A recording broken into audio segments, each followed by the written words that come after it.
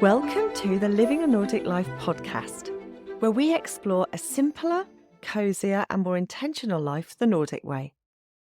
I'm Fiona McKenna, your Nordic living guide and founder of Living a Nordic Life, where I share all things Nordic living and show you that a Nordic life is the way to bring intentional calm and healthy habits into your own life, wherever you are in the world. Are you looking for ways to bring simplicity, coziness and calm into your life? Well, let me show you how.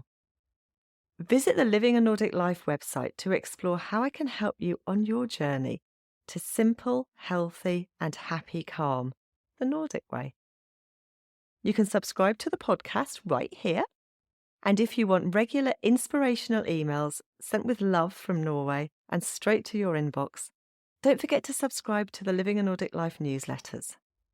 And so now let's dive into our episode. God jul! Merry Christmas from Norway! I couldn't let Christmas pass without wishing you all a god jul from my home to yours, and thanking you all for joining me over the last few months since May on my new podcasting journey. You've all been really supportive, and it's made this new passion of mine, podcasting, even more enjoyable, which I hope really shows in each and every episode because I love doing it. Anyway, here we are on the 22nd of December in southern Norway, a snowy southern Norway. And I want to take you on a little journey to a Nordic Christmas. Before I moved to Scandinavia, I had this idea of what a Nordic Christmas might look like. Much of it was what I'd seen in films and read in books and been told, even though I was really well-travelled, and I worked, previous to this, as an international event manager. So Christmases were mostly spent either in my home in England or sometimes in France with extended family and occasionally in Slovenia. But they had mostly been about taking my own British culture or what I was used to as a kind of English Christmas or part of the French culture from the extended family with me, kind of combination of both. But moving to Norway and becoming instantly part of a Norwegian family with fairly traditional Norwegian Christmases, they won't mind me saying that, meant that I was able to immerse myself in a proper norsk jul. So let me paint a picture for you of what a Nordic festive season is like, and in particular, a Norwegian festive season. Even at the beginning of December, we see snow, and well before that, we hope to see snow actually, and certainly freezing temperatures. And Christmas doesn't really feel Christmas without a sprinkling of the white stuff. We call it a green Christmas if there isn't any. It's not really green at all, it's more brown, I have to say, or grey. But if we don't get snow, but there's an excitement and a beauty to it when you do get snow towards Christmas, and especially if it's on Christmas Eve. The days get much shorter and the evenings get much longer. And people begin to put their outside lights on and make things warm and cosy, not only inside their homes, but also on the outside. If you walk through any neighbourhood in Norway in December, you'll see sparkling fairy lights outside. Not huge displays of multicoloured lights, that's really not a thing here. But a tasteful arrangement of tiny little white lights draped along terrace balustrades and wrapped around conifers by front doors, and just something that's really welcoming and shining a light into that darkness and reflecting off the snow as well. It's beautiful. And this is not just in towns, this is in very rural areas where you think, well, maybe nobody will even pass that house, for 12 hours. But yeah, everybody's got their lights on and it looks amazing.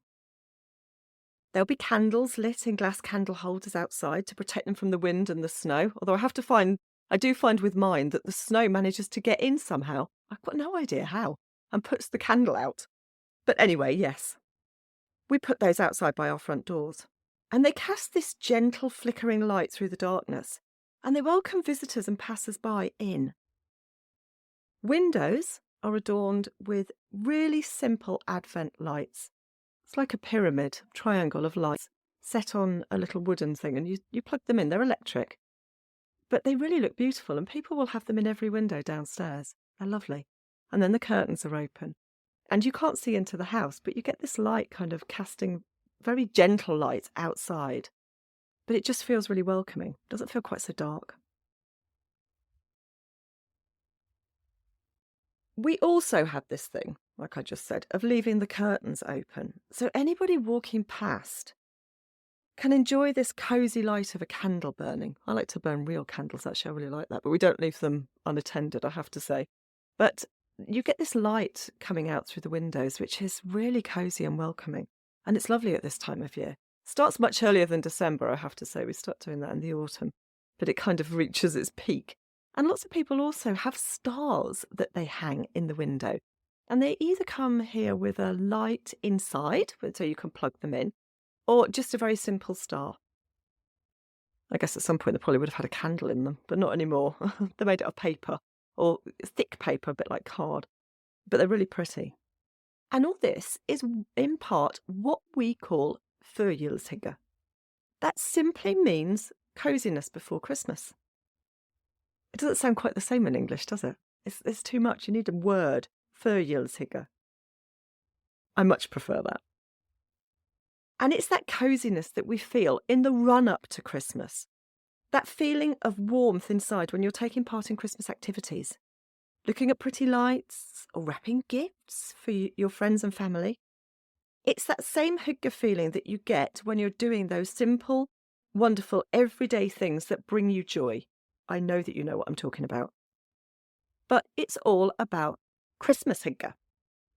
And it's taken really seriously here.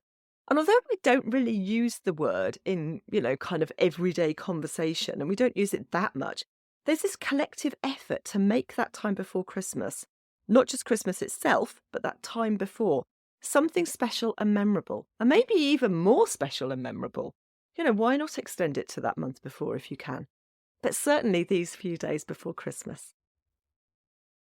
People begin to do Christmas baking, and lots of people take a great deal of pride in their baking. And that's not just older people, because you tend to think of that as being somebody's grandma who does that. It's not. It's everybody. It's all of us.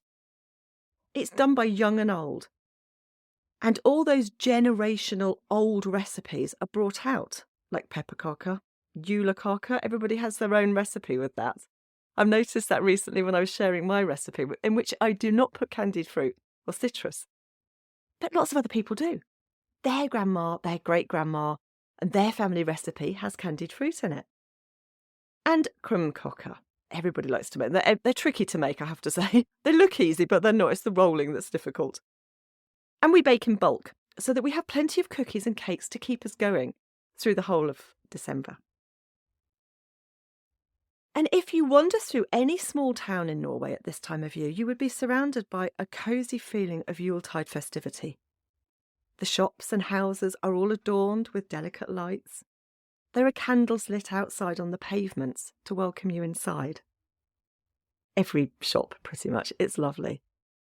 And once you get in, you're greeted with gingerbread and glögg, non-alcoholic, and hot coffee.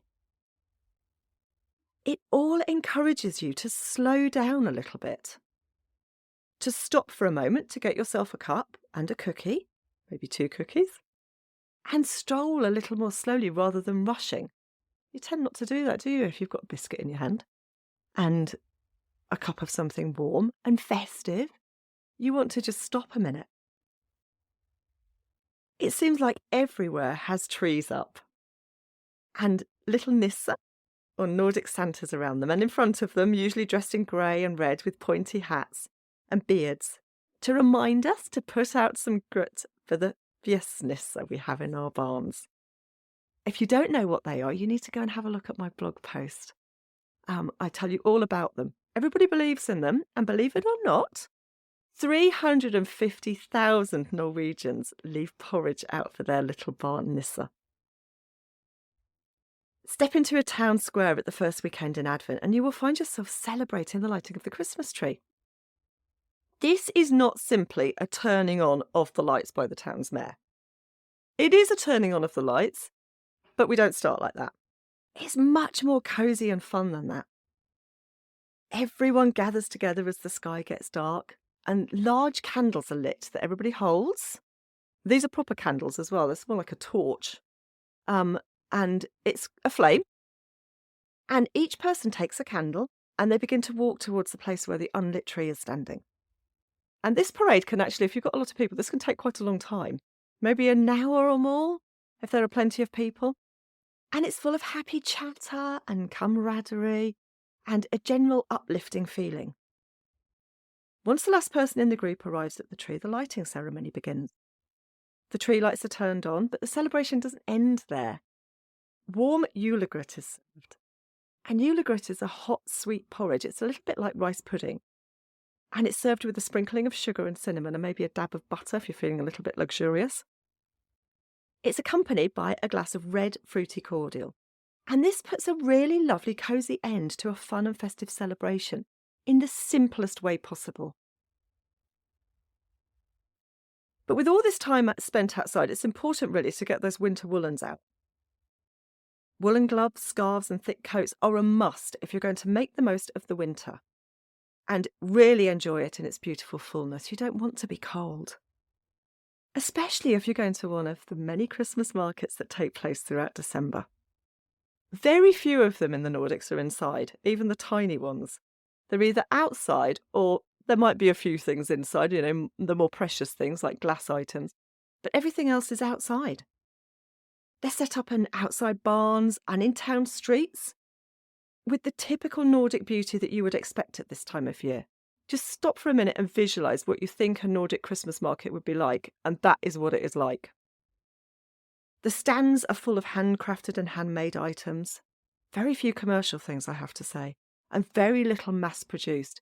This is a time when people really want to make the most of artisanal crafts and skills that have been passed down through generations.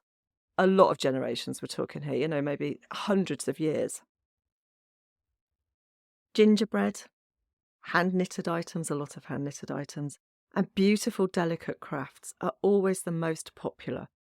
And everybody expects to pay the going rate for the time and the skill that goes into making these special things.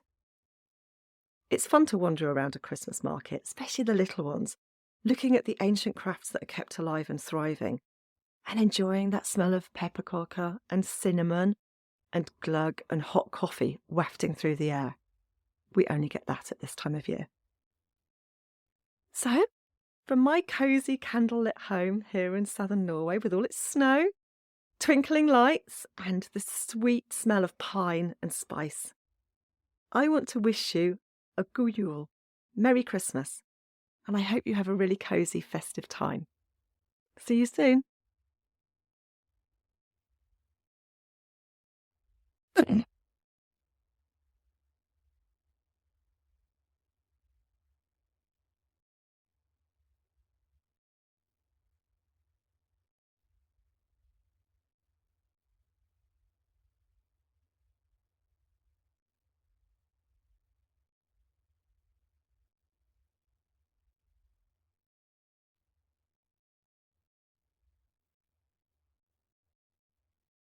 If you've enjoyed this episode, please subscribe to the Living a Nordic Life newsletters so you can get an email when I release a new episode.